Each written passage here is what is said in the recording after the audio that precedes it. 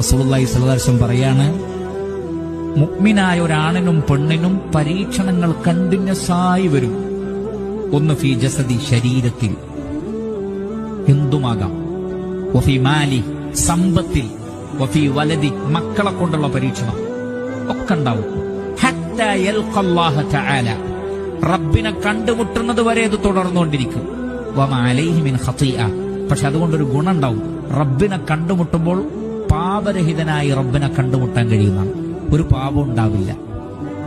അപ്പൊ എന്തിനാ പരീക്ഷണം? നമ്മുടെ പാപങ്ങൾ പുറത്തുതരാൻ. അൽഹംദുലില്ലാഹ്. അതുകൊണ്ട് നബി സല്ലല്ലാഹു അലൈഹി വസല്ലം സന്തോഷിച്ചിരുന്നു. പ്രവാചകൻ ഒരു പനി വന്നാൽ റസൂലുള്ളാഹി സന്തോഷിക്കുമായിരുന്നു എന്നാണ്. സ്വഹാബത്ത് ചോദിച്ചു, അതെന്താ നബിയെ? പ്രവാചകൻ പറഞ്ഞു, ഒന്നുമില്ല, എന്റെ പാപങ്ങൾ പൊറുക്കപ്പെടും. അതുകൊണ്ട് ഞങ്ങൾ അമ്പിയാക്കൾക്ക് പരീക്ഷണങ്ങൾ വന്നാൽ നിങ്ങൾക്ക് സമ്പത്ത് കിട്ടിയാൽ നിങ്ങൾ സന്തോഷിക്കുന്നില്ലേ, അതേപോലെയാണ് ഞങ്ങൾക്ക് പരീക്ഷണങ്ങൾ ഉണ്ടായാൽ